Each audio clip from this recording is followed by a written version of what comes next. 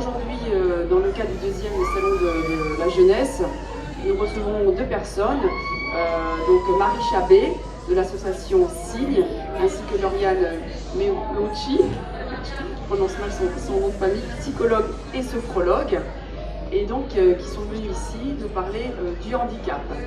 Alors juste un petit rappel en termes de chiffres. En France, il y a 12 millions de personnes qui sont atteintes d'un handicap, qui sont donc le handicap moteur, sensoriel. C'est votre attention, s'il vous plaît, un micro-crâne. Vous pouvez en mettre avec les personnes de la psychiatrie. Bon, donc je continue, le handicap psychique, mental et les maladies invalidantes. Sur ces 12 millions de personnes qui ont un handicap, il y a 1,5 million personnes atteintes d'une déficience visuelle et 850 000 ont une mobilité réduite.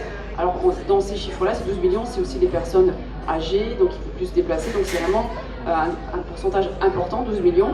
Et justement, la question se pose, est-ce que le handicap de nos jours est encore tabou?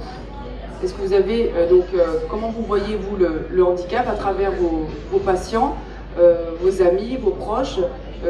12 millions, c'est quand même un chiffre important, hein, on est quand même 63 millions de personnes en France, de Français, donc c'est pas négligeable. Est-ce qu'il n'y a pas un regard un petit peu différent sur le handicap, parce que c'est encore tabou de nos jours?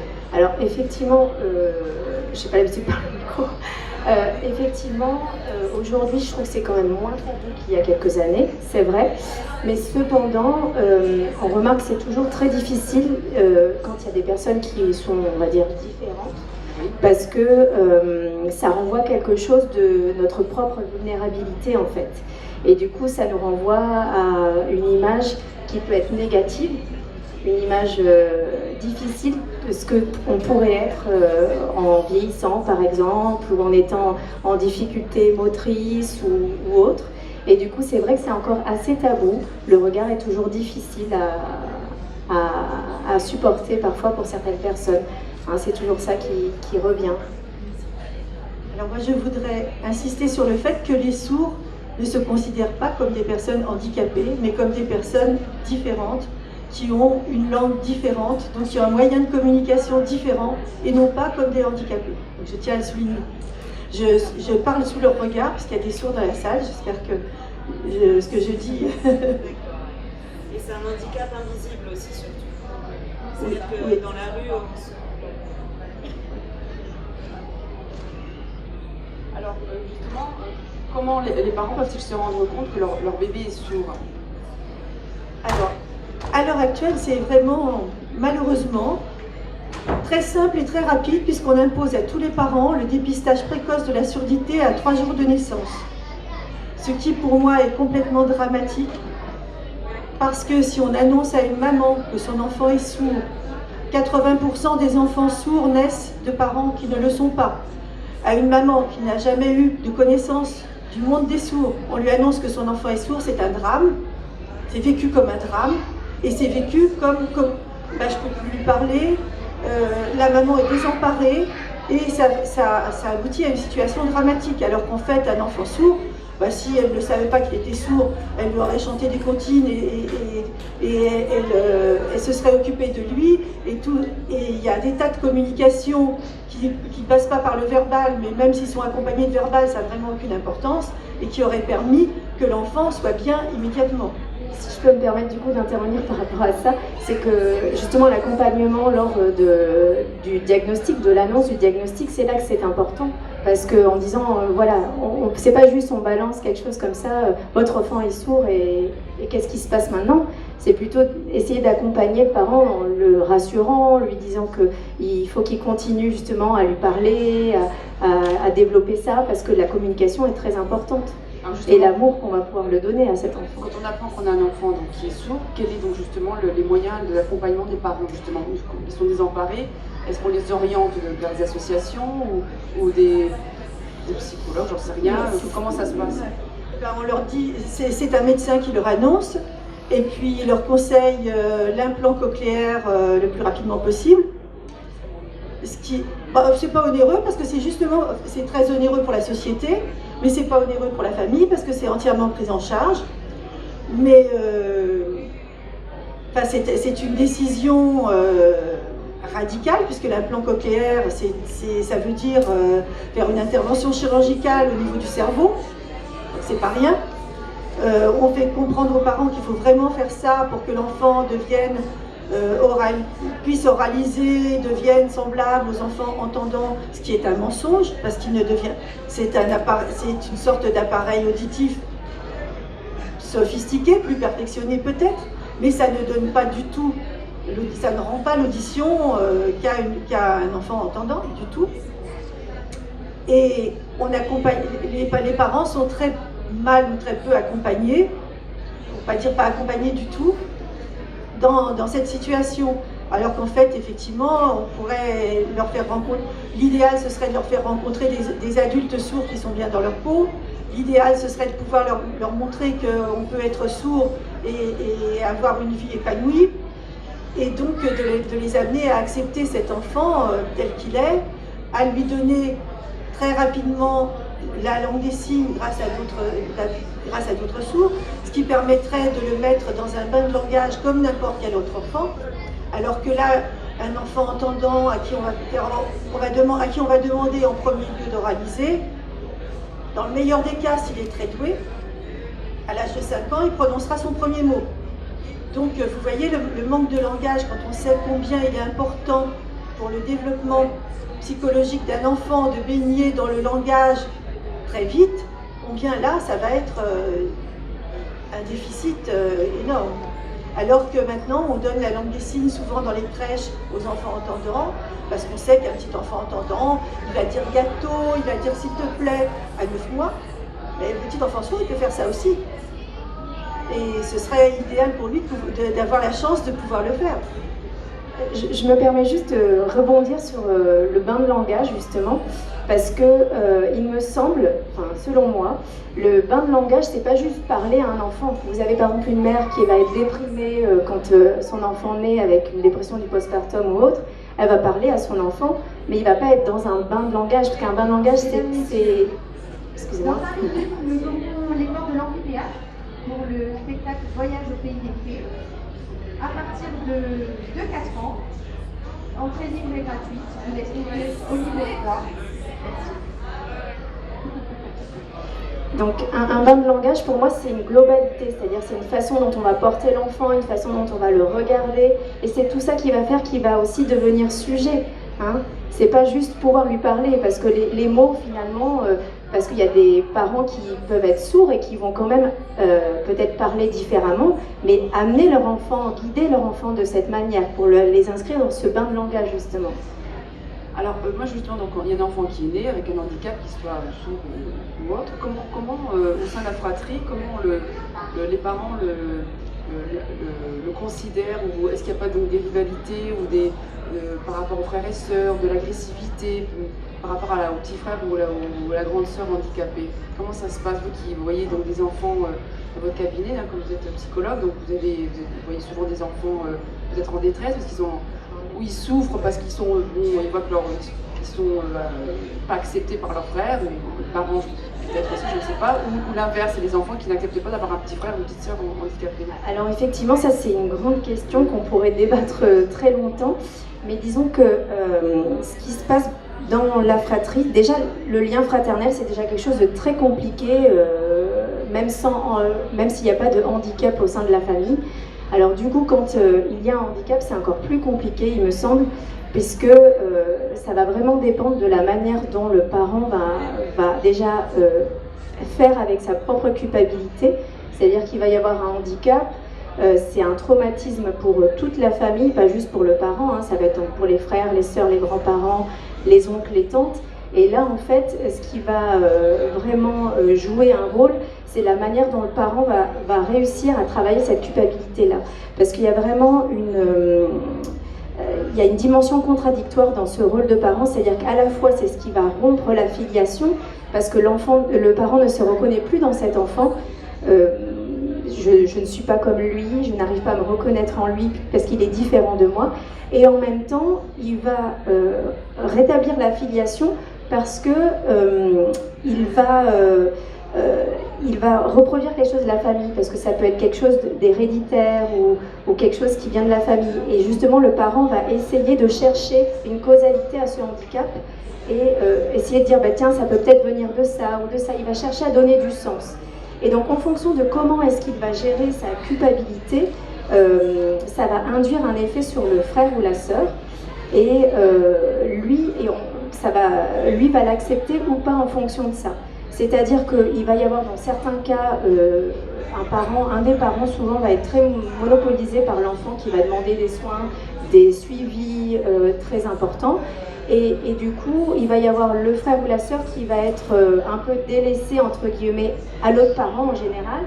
Alors soit il va être autonome, il va arriver à créer une indépendance, etc.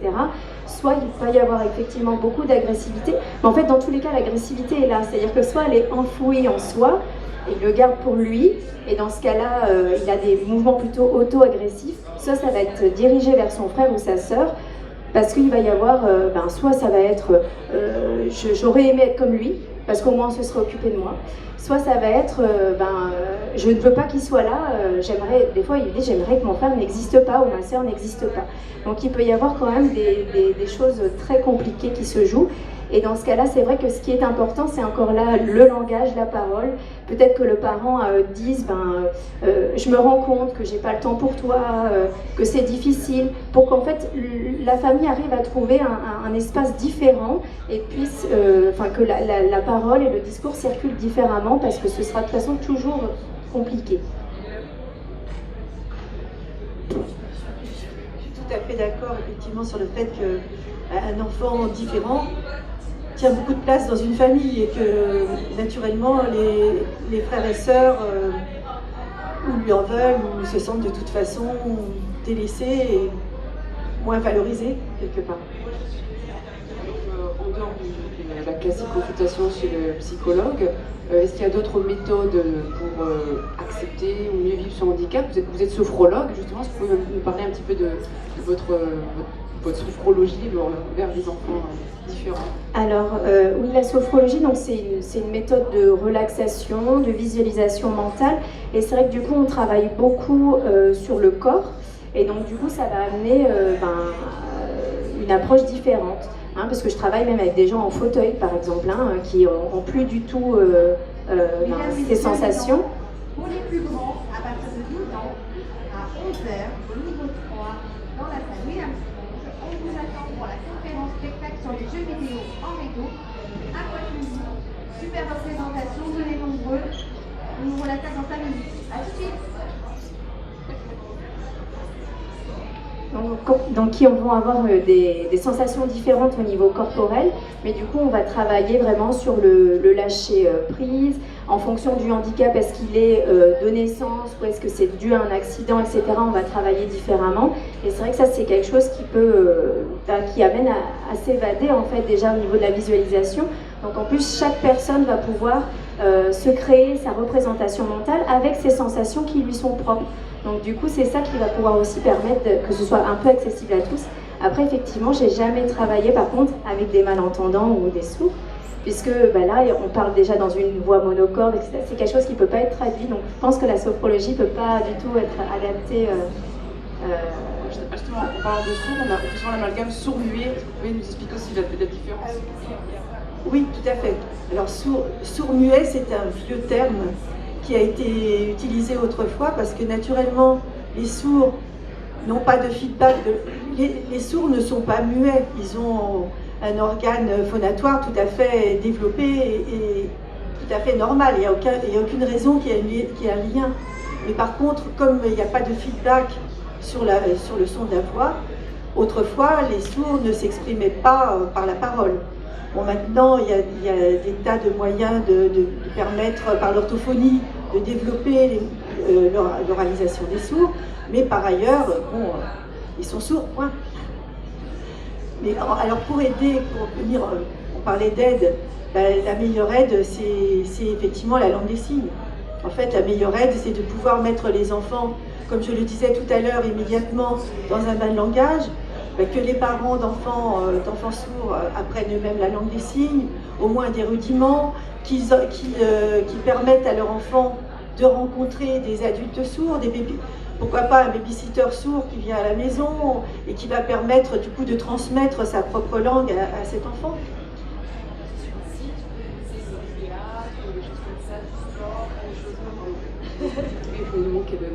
Dans votre association, qu'est-ce que vous proposez justement pour avoir le théâtre? J'ai vu que vous faites pas mal de théâtre aussi, donc c'est ces pièces de théâtre hybrides, comme on appelle. Alors, nous, pour le coup, on n'est pas du tout dans l'aide aux sourds, on est dans le culturel. On est vraiment positionné dans le culturel. Il y a d'autres associations qui sont dans l'aide et le soutien, ce n'est pas notre cas. Nous, on est vraiment dans le culturel, c'est-à-dire qu'on a créé des spectacles qui sont bilingues, donc qui sont joués à la fois par des comédiens sourds et par des comédiens entendants, donc dans deux langues, la langue des signes et la langue française, qui se répondent, qui permettent une compréhension immédiate à la fois par les publics sourds et par le public entendant, donc non sourd. Et on a créé un festival qui a été le premier festival de France dédié aux deux publics, donc c'est le festival Sourds ou pas, on l'a créé en 2005. Donc la dernière édition, c'était en juillet dernier au Théâtre National de Nice, donc avec des spectacles bilingues ou sans parole, pourquoi pas, on ne s'interdit pas non plus le spectacle sans parole, puisque du coup il est accessible aux deux publics. On a créé donc des albums jeunesse qu'on pourra voir là sur notre stand, des albums jeunesse qui sont accompagnés de DVD. Donc les DVD sont bilingues. L'un des DVD, c'est un DVD qui montre un spectacle avec deux comédiennes, une sourde, une entendante, qui racontent et qui miment et qui jouent, c'est très théâtral, un conte, des contes. Un deuxième DVD, le film est entièrement tourné en langue des signes, avec des comédiens qui sont tous sourds, et il est doublé en voix par des comédiens entendants. Voilà, donc de façon à ce on pense que c'est la possibilité, d'une part pour les sourds, d'avoir un accès direct, et aussi une facilitation de la lecture après pour l'album, et ça permet aussi d'être vu par une famille dans laquelle il y a un enfant sourd et les autres enfants ne le sont pas. Pour le coup, là, ils sont à égalité devant ce DVD. Et puis, un partage aussi pour les gens curieux de découvrir la langue des signes, parce que c'est une langue magnifique. D'ailleurs, justement, comment ça se passe à l'école? Donc, les enfants sourds malentendants au niveau de la scolarité, comment ça fonctionne? J'ai envie de répondre mal, que ça se passe mal, parce qu'en fait, la plupart du temps, c'est une intégration qui est plus ou moins sauvage, c'est-à-dire un enfant qui se retrouve seul, sourd, parmi une classe d'entendants, et puis on le sort de temps en temps de la classe pour lui donner d'autres choses, pour l'aider, pour le soutenir. Ils ont des aides ou une AVS pour... Oui, parfois. Alors l'idéal, c'est quelque chose qui existe malheureusement fort peu, ce sont les classes bilingues. Donc en France, les classes bilingues, on les compte sur les doigts d'une main. Il y en a ici sur le Côte d'Azur, il n'y en a pas? Non, il n'y en a pas. La plus proche, c'est Lyon ou Toulouse, Paris, Poitiers. J'ai oublié la 5e, mais vous voyez, ça fait très peu. Les enfants sont mélangés à une classe... Alors dans une classe bilingue, les enfants... Mesdames, messieurs les enfants, il reste encore quelques places sur le spectacle de jeux vidéo dans la salle Amiron au niveau 3, à partir de 10 ans. À tout de suite. Donc je reprends. Dans une classe bilingue, en fait, il y a soit un enseignant sourd, soit un enseignant entendant et un interprète, qui fait que toutes les matières sont enseignées directement en langue des signes. Et puis, bien sûr, on apprend aux enfants le français écrit, et ils peuvent y ajouter de l'orthophonie pour avoir un accès au français oral. Mais c'est vraiment un bilinguisme qui permet aux enfants un accès direct dans une langue dans laquelle ils ne sont pas handicapés. Ça leur permet un accès direct à toutes les matières scolaires. Et le résultat est là, dans ces classes bilingues, les enfants qui sortent de ces classes bilingues, qui poursuivent leur scolarité en bilingue, accèdent à l'université et à des études supérieures. Les enfants qui sont dans des classes ordinaires, je ne dis pas qu'ils n'y accèdent pas, mais on compte parmi les sourds de naissance 70 à 80% d'illettrés. Donc ça donne des frissons. Et pour les autres handicaps, comment ça se passe à l'école? Alors, pour les autres handicaps, c'est vraiment propre à l'enseignant en fait, parce que il n'y a pas de protocole particulier au niveau de l'éducation nationale. Je me suis renseignée un peu autour de moi sur les instituteurs que je connaissais, et en fait, ça va être eux en fonction de leur sensibilité, ils vont se renseigner ou pas sur le handicap de l'enfant qui les accueille, et ils vont le présenter ou pas à la classe. Alors je pense que c'est quand même, il me semble que c'est quand même important de pouvoir en dire quelque chose, parce que là j'avais eu le retour d'une amie qui m'a dit qu'elle avait eu une fois une enfant qui était en difficulté. Bon, c'était en maternelle certes, mais je pense que les enfants sont capables de comprendre quand même. Et du coup il y avait cette AVS, mais en fait il n'y avait rien du tout qui était introduit. Et en fait, tout de suite, on peut se demander pourquoi est-ce que lui, il a une AVS, mais moi, j'en ai pas besoin. Qu'est-ce qui se passe pour cet enfant? Du coup, il me semble que c'est quand même important pour que les autres enfants aussi puissent se dire que parfois, ça peut être différent chez certains enfants, que tout le monde n'est pas identique, parce qu'on n'est jamais identique de toute manière, même si on n'a pas de handicap.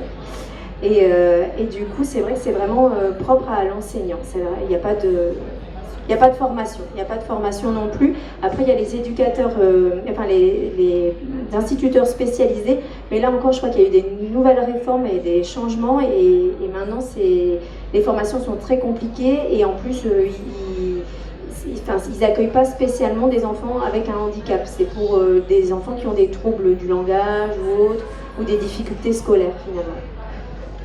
Il y a eu à une époque en fait des classes spécialisées, donc il y avait des enseignants qui étaient spécialisés et qui accueillaient du coup. Et après il y a eu un petit peu l'idée,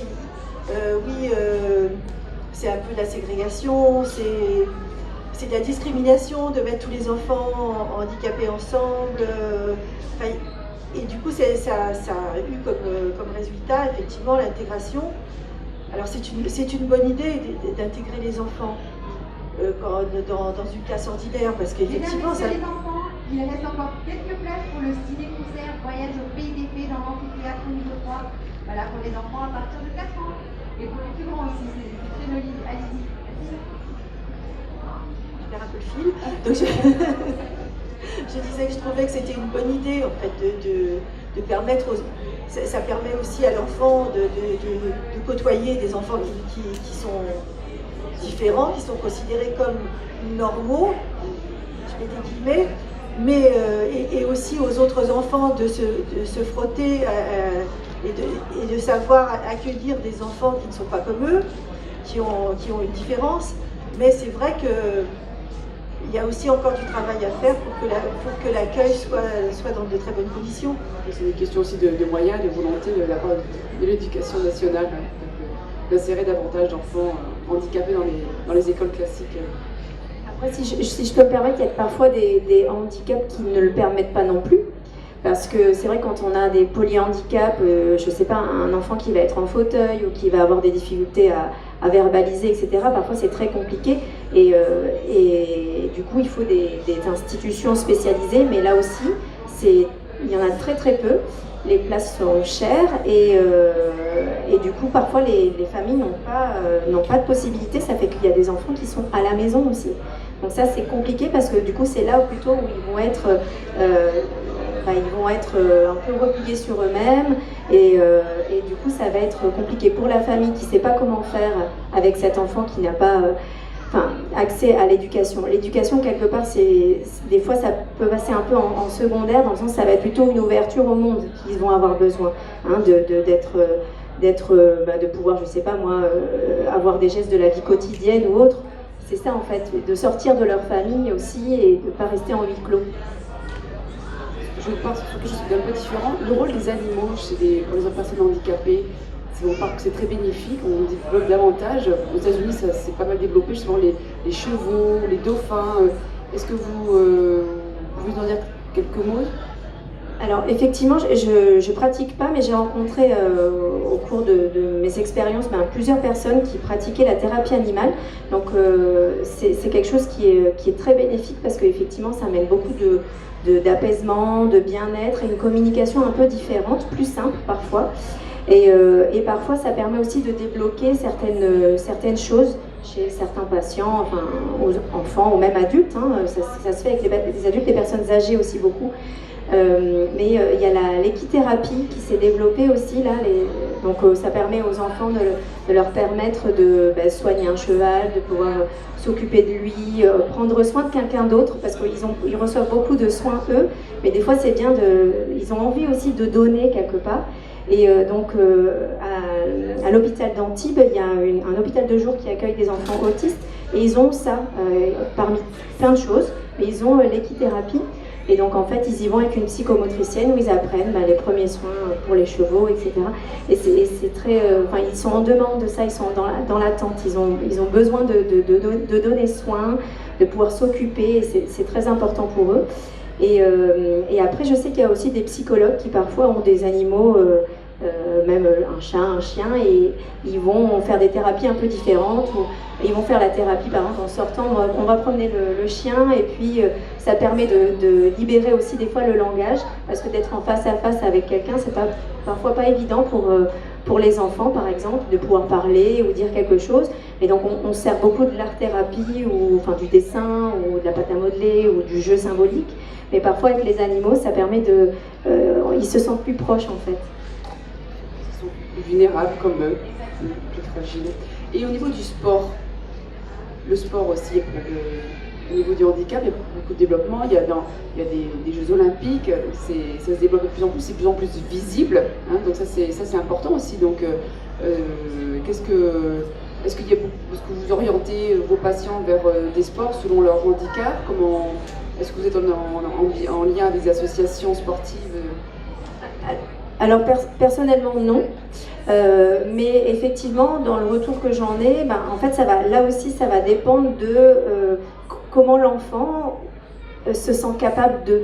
Parce qu'il faut toujours laisser cette porte ouverte de je me sens capable, est-ce que le parent va le pousser, ou parce que des fois les parents vont dire non c'est pas possible, il est en fauteuil, il peut pas faire ça, parce que justement il y a de la crainte de l'échec pour l'enfant. Et s'il n'y arrive pas, qu'est-ce qui va se passer pour lui? Est-ce que ça ne va pas encore plus le mettre dans une situation difficile? Donc du coup, c'est vraiment... en fait, les parents vont avoir besoin d'aller chercher, en fait. Hein. Ça ne vient pas à eux. Quand ils ont une annonce de diagnostic, ou quand il y a quelque chose qui tombe comme ça, c'est un peu la sanction, ils vont devoir aller chercher. Donc ça va vraiment être en fonction de comment le parent va investir son enfant, comment est-ce qu'il va lui permettre de pouvoir faire des choses différentes.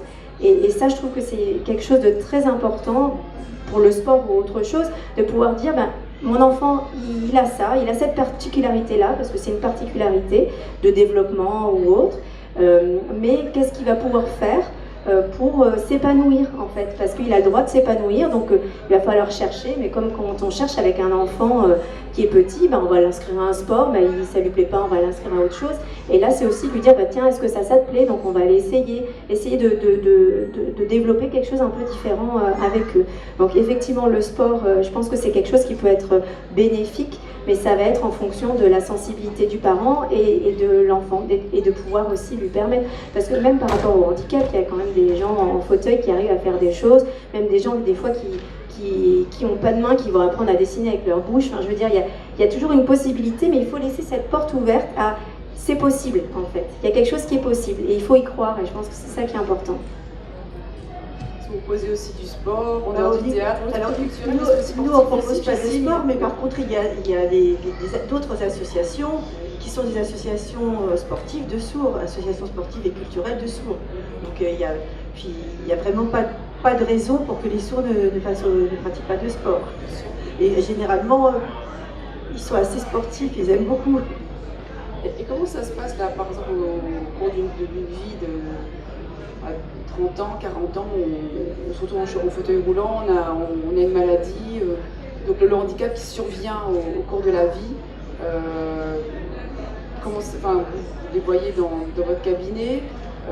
Pareil, il y a la psychologie. comment les aides au niveau du travail aussi, si on se retrouve du jour au lendemain aussi sans travail aussi, donc du coup privé de ressources,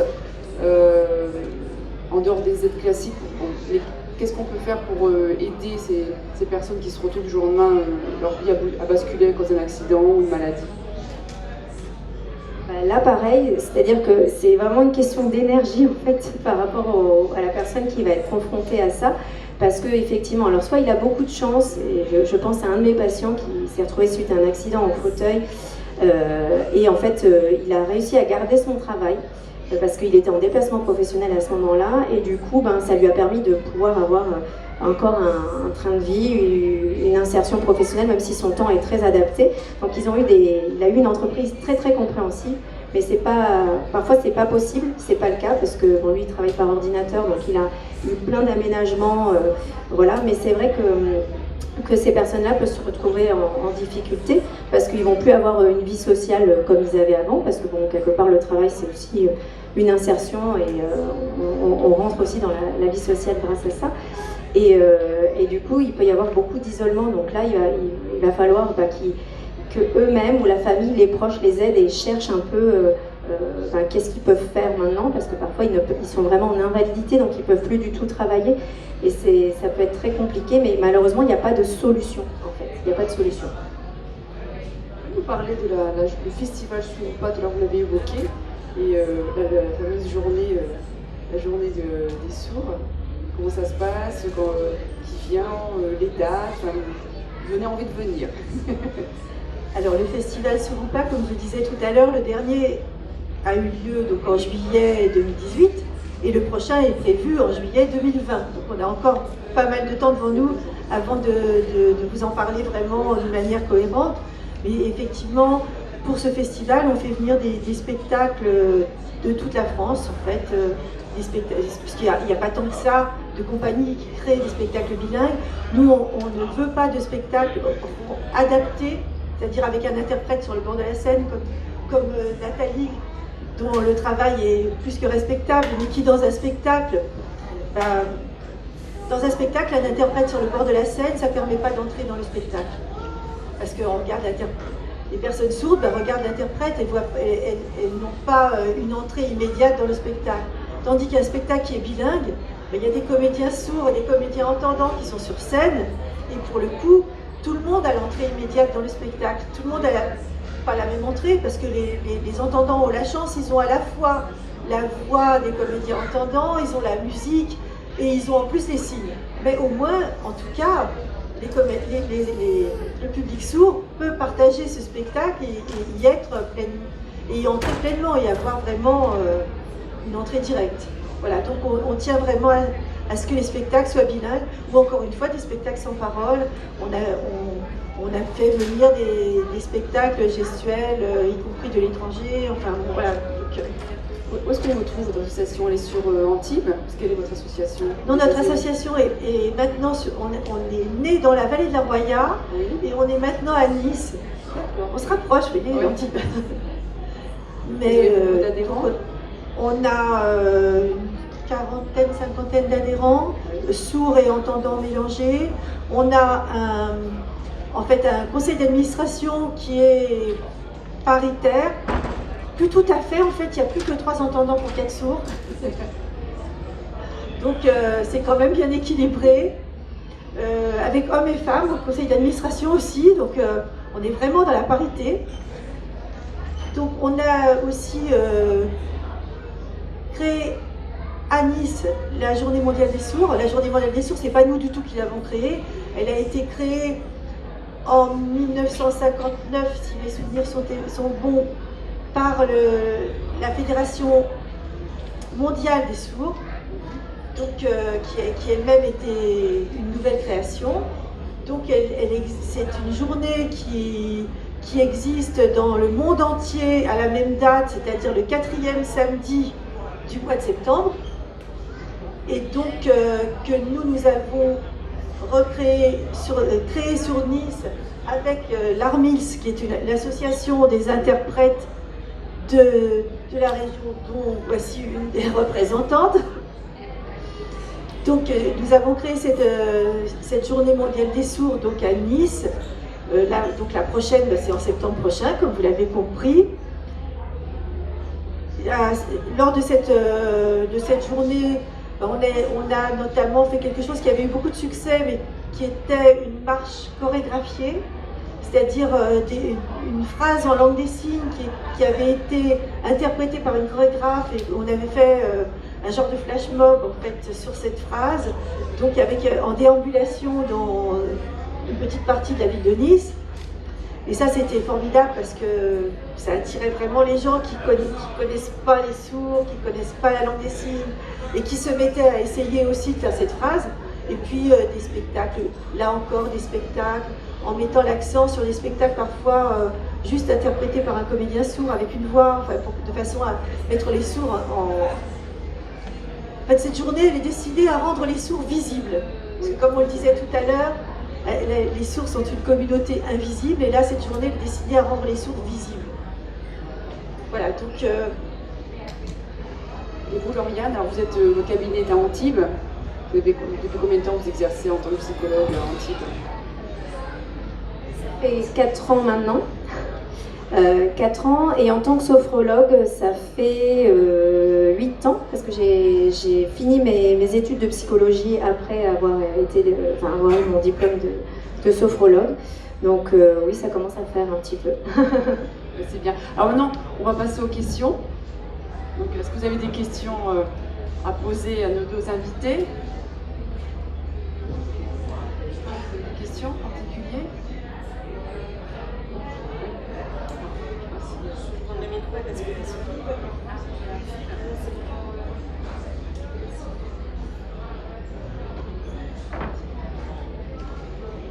je vais peut-être me mettre là. Excusez-moi. Je me mets là parce que je m'exprime en langue des signes pour être plus visible.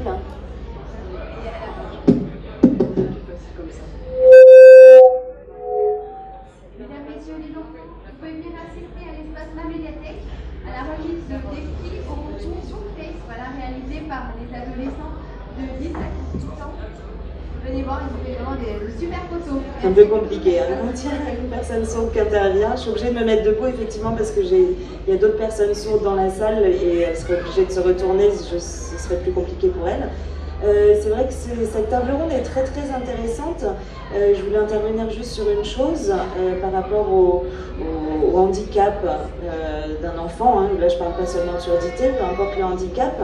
Donc très souvent, quand la maman attend l'enfant, là je parle avant la naissance, il y a toujours, on parle d'un enfant idéalisé. Donc mon enfant, plus tard, il sera comme ci, il aura tel métier, il aura tel caractère, il aura les yeux bleus, les yeux noirs, les cheveux bruns, enfin bref. Et à la naissance, justement, à l'annonce du handicap, les parents, ils ont toujours cet enfant idéalisé et rêvé qui ne correspond pas du tout à la réalité. Donc moi, ma question, c'est vrai que très souvent, les psychologues, on est, nous, très souvent confrontés donc, à des psychologues, mais je pense que c'est plus nos parents qui devraient aller voir les psychologues que nous, parce que nous, on est nés sourds, on n'a rien fait, on n'a aucun manque, et dans les établissements spécialisés ou même dans les classes, on a, comme l'orthophonie, etc., des séances de psychologie. Et je pense que c'est plutôt nos parents qui en ont besoin. Alors, voilà, ça s'appelle un travail de deuil de l'image de cet enfant idéalisé. Et ça, ce travail n'est pas fait, et encore jusqu'à présent aujourd'hui. Donc il faudrait, je pense, réfléchir à ça. Merci pour cette question qui est très intéressante. J'avais effectivement parlé un petit peu de ça, on ne l'a pas abordé. Mais oui, effectivement, c'est plus un travail du parent. Et c'est pour ça que je disais que ça va être en fonction du parent, comment est-ce qu'il va gérer sa culpabilité. Et ça va venir... Et cette culpabilité, en fonction de comment elle est travaillée, ça va venir interférer sur comment l'enfant, lui, se sent avec son handicap. Donc effectivement, c'est les parents qui ont besoin d'être suivis souvent, mais il me semble que quand l'enfant est petit, c'est les CANSP qui s'occupent... Oui, non, c'est vrai, effectivement, il y a le travail de deuil est important aussi, et il faut qu'il soit accompagné pour pouvoir justement travailler sur cette représentation. Parce que comme je disais, l'enfant avec le surgissement du handicap qui est un vrai choc, hein, ça fait une onde de choc sur toute la famille, ça va venir rompre la filiation parce que quelque part cet enfant, qui est-il déjà d'une quand l'enfant arrive déjà sans handicap, c'est qui est-il, je vais le rencontrer, le connaître, et en plus quand il y a un handicap c'est qui est-il encore plus parce qu'il ne me ressemble pas du tout, hein, il est complètement différent de moi. Donc là il y a un travail à faire. Et c'est vrai que là, ce qui va aider, donc ça peut être la consultation avec un psychologue, certes, mais aussi le fait de se rassembler avec d'autres parents qui sont dans la même situation, donc grâce aux associations. Parce que justement, souvent le parent, il se sent seul, il est un peu démuni face à tout ça, qu'est-ce que je vais faire avec ça, quoi. Et s'ils sont aidés, ben, ça permet de sortir de l'isolement et de pouvoir se dire ce parent il a mis ça en place ou il se passe ça, lui il accepte mieux, peut-être que moi aussi je vais pouvoir y arriver en fait, pouvoir donner une perspective de possible. Donc effectivement c'est très juste ce que vous dites. Et c'est souvent les parents qui ont besoin, mais même parfois quand l'enfant n'est pas handicapé, qu'on reçoit des enfants en consultation, souvent c'est le parent qui a aussi besoin de se rendre compte de ce qui ne va pas, en fait, hein, de ce qui se passe, parce que l'enfant dit quelque chose sur ce qui se passe souvent dans la famille.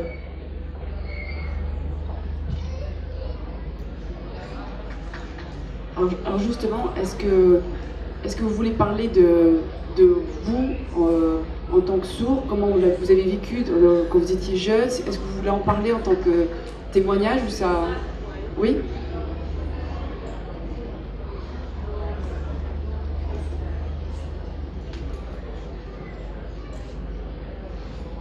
Déjà bonjour à tous. Donc je suis une personne sourde, je suis née sourde. C'est vrai qu'il y a beaucoup de choses qui ont été dites et l'intervention aussi de Philippe là tout à l'heure est très intéressante. Moi, à partir de 1980, enfin 75-80 à peu près, pour la première fois, j'ai vu effectivement, j'ai été confrontée à une famille dont les parents étaient entendants et l'enfant était sourd. Donc j'ai pu voir le mode de communication qu'ils avaient mis en place.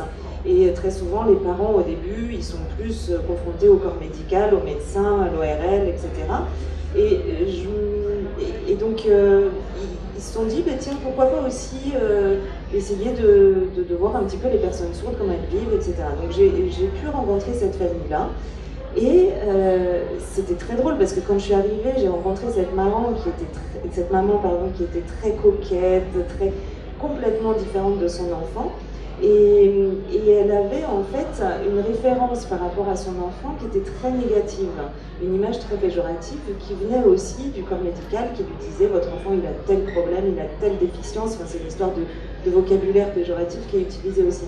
Et en fait, donc elle a eu accès à la langue des signes et 10 ans après, il y a eu en 1990 aussi des réformes par rapport à l'éducation des enfants, c'est-à-dire que les enseignants sourds n'intervenaient beaucoup moins dans ce genre de situation-là. Et c'est vrai que l'important, comme on disait tout à l'heure, c'est que vous disiez, c'est important que l'enfant handicapé ne reste pas cloîtré chez lui, il faut qu'il soit au contact d'autres personnes, qu'il s'identifie, qu'il aille... Mais là, c'est dommage parce que souvent c'est pas le cas et il n'y a pas cette possibilité-là. Je voulais aussi juste intervenir sur un autre thème. Quand on parle du corps médical, imaginez un enfant, il voit des médecins, il voit des orthophonistes, il voit de tout ça, et il se dit pourquoi tous ces gens-là pour moi et pas pour mon frère, ma soeur, mes parents, et donc moi quand je travaille avec ces enfants sourds, encore maintenant, je travaille avec des enfants sourds, et j'ai toujours cette image-là de ces bébés, de ces enfants de jeune âge qui disent voilà, pourquoi est-ce que ces gens-là sont là pour moi alors que c'est pas moi qui suis pas normale, c'est les autres qui sont pas normales. On vient, on triture mes appareils, mes oreilles, alors que moi, je suis comme tout le monde, je bouge comme tout le monde, je rêve comme tout le monde, je suis en colère, j'ai des émotions, des petites copines, des histoires d'amour comme tout le monde.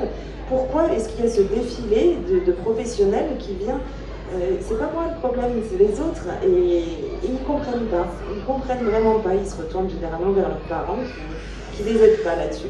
Donc voilà, il y a ça aussi à creuser. Bon, on parlait à la fin là, de la table ronde de sport aussi. Il y avait la Fédération nationale sportive des sourds de France, la FSSF, je crois, c'était la FSSF. Donc la Fédération sportive des sourds de France, qui avait un poids dans la communauté sourde très très important. Elle était présente en France, mais elle existait aussi dans plein d'autres pays. Et ils organisaient des rencontres sportives à l'échelle internationale. Et ça permettait justement à tous les sourds de se rencontrer, même avec des langues des signes internationales. Ensuite, ces fédérations ont disparu parce qu'il y a eu la création des handisports.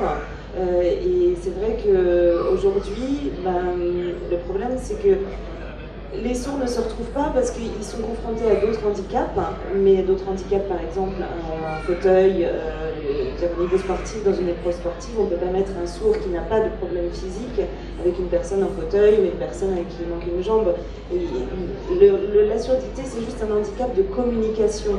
Il n'y a pas de problème physique. Donc c'est pour ça que souvent on revendique aussi le terme de handicap qui ne convient pas. Voilà. Donc c'est d'autres histoires aussi comme ça par rapport au sport, et on essaye de cloisonner, même dans le sport, on met donc les personnes qui sont aveugles dans tel domaine, les personnes qui sont sourdes dans tel domaine, c'est un petit peu difficile, quoi. Donc chacun a ses différences, c'est tout à fait normal, il faut juste essayer de s'adapter et pas essayer de les changer. Voilà. Très intéressant. Oui. Monsieur, une question.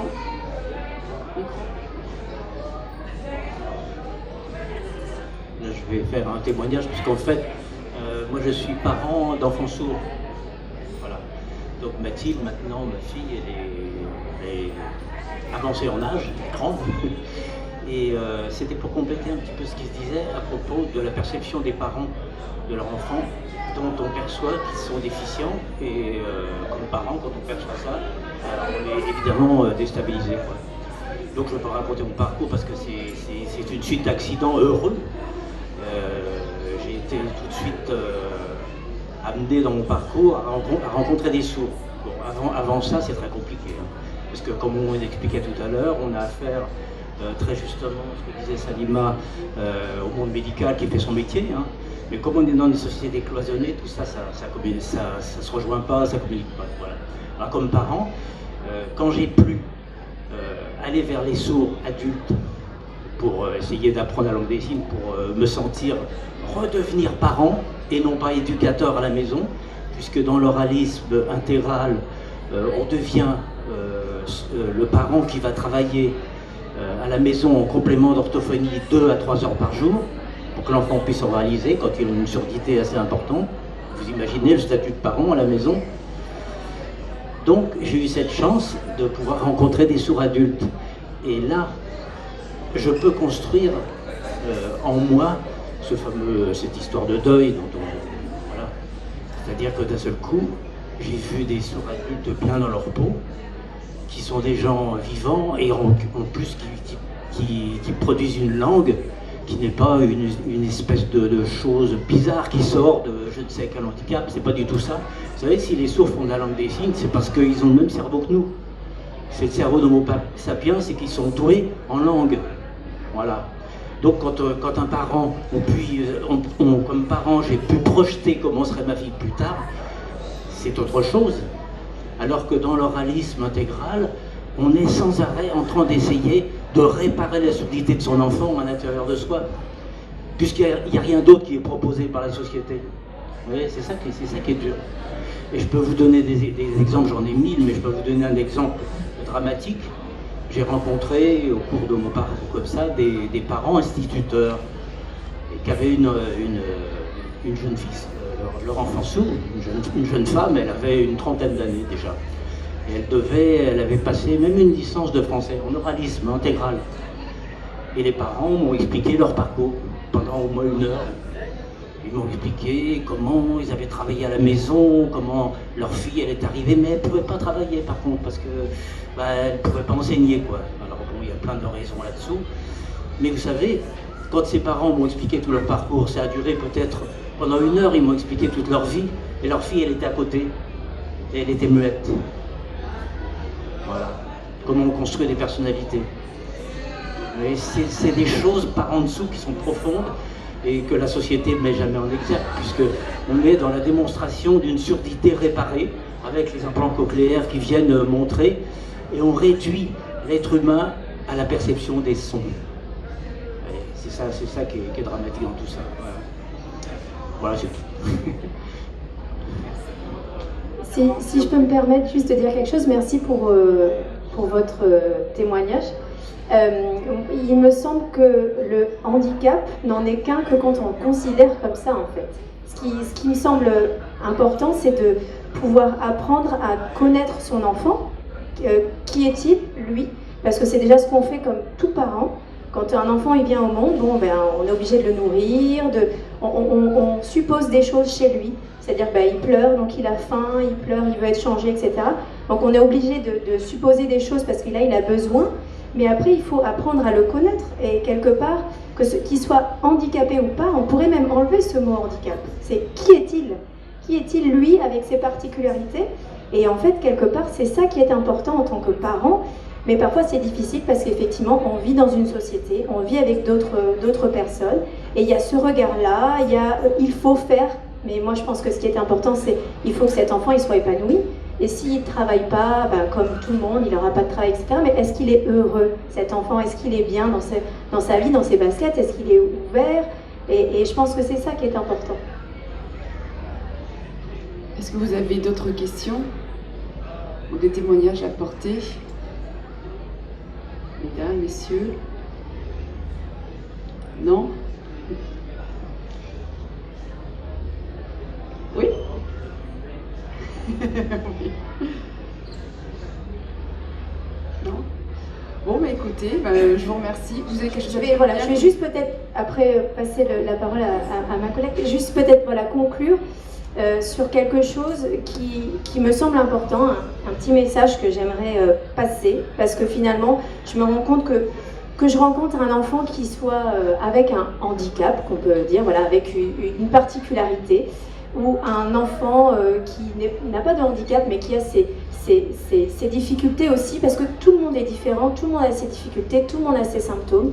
Et je pense que ce qui est important, c'est pouvoir apprendre à connaître son enfant et à lui supposer quelque chose de lui, en fait. Et finalement, voir un peu ce que cet enfant, avec ce handicap-là, a à nous apprendre de lui et de nous aussi, parce qu'il nous renvoie quelque chose. Et je pense que c'est ça qui est important, de pouvoir avoir ce discours qui circule au sein de la famille pour pouvoir en faire quelque chose. On peut toujours faire quelque chose. Il faut laisser ouvert les possibilités. Et je pense que c'est ça qui est important, peu importe chez un enfant en fait. Voilà. Merci pour ce message. Et vous, donc Marie Chabet, en fait, message d'espoir. Message d'espoir, oui, mais là c'était juste, je voulais ajouter une petite chose par rapport à ce qui a été dit tout à l'heure par Jackie, sa rencontre avec des sourds adultes. Et je voulais ajouter que c'était vraiment important pour les enfants, alors je parle des enfants sourds pour le coup, de rencontrer des sourds adultes qui sont des modèles d'identification pour eux, parce que c'est souvent ce qui leur manque cruellement, parce que si la famille est entendante et qu'ils sont intégrés dans une école où il n'y a que des entendants autour d'eux, on constate souvent que les petits-enfants sourds qui sont dans ce cas-là pensent qu'ils sont uniques, qu'ils vont mourir ils n'atteindront pas l'âge adulte, puisque à l'âge adulte, il n'y a que des entendants autour. Ou bien qu'ils viendront, certains aussi pensent qu'ils viendront entendants subitement quand ils vont grandir. Et donc ce modèle d'identification, c'est vraiment très très important de pouvoir le leur donner. Et donc de pouvoir leur faire rencontrer des adultes sourds. Et j'insiste, des adultes sourds bien dans leur peau. Ce qui fait que ça leur permet d'avoir envie de leur ressembler. Et il y en a là des adultes sourds bien dans leur peau. Oui.